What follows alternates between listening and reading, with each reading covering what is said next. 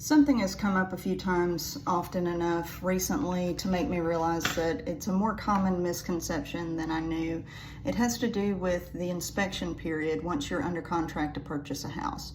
I've had a few people make comments recently that made me realize that they think that during the inspection period, you can back out of a contract for any reason. That's not the case. When you go under contract, you're putting down earnest money. Look up the word earnest, E-A-R-N-E-S-T. That will help you understand the purpose of it.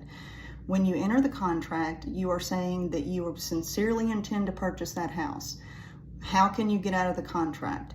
If there is a non-cosmetic material defect not previously disclosed, meaning it's not on the seller's disclosure and it's not something that was obvious while you were negotiating when you were looking at the house, and the inspector finds it during inspection, you can back out of the contract. Most people don't want to back out of the contract. They would rather negotiate some type of repair or concession with the seller. But if you're looking for a way out, which I hope you're not, I hope you entered the contract in good faith. If you want out, you have to have a non-cosmetic material defect that was not disclosed. What's an example of that? If the inspector points out that there's a hole in the drywall behind the door where a doorknob went through the wall, that's cosmetic. If they point out that there's nail holes in a wall, that's cosmetic and you should have seen it. If they find leaks in the roof that were not disclosed, that's a material defect that was not disclosed. You have choices how to handle what is on that report. The most common is to make a list of what you want the seller to do before closing, send it to them. Sometimes they say, okay, we'll do all of this. Sometimes they say, we'd rather give you money for this. Sometimes they agree to some of it. We negotiate that.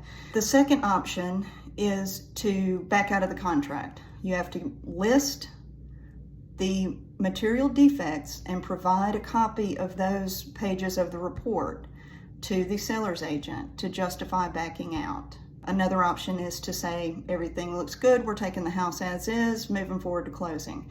Don't go into a contract to purchase if you're not sincere about your intent to follow through with the purchase. If you need out for a legitimate reason, we'll work on that.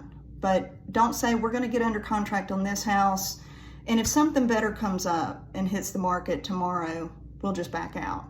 If something better hits the market tomorrow, sucks for you. You have a contract.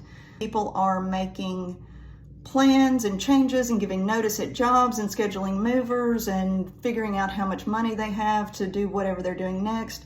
People's lives are adjusting around your purchase of that house, and it's not legal or ethical to enter a contract if you don't really plan to buy the house. I'll help you do it the right way. Give me a call.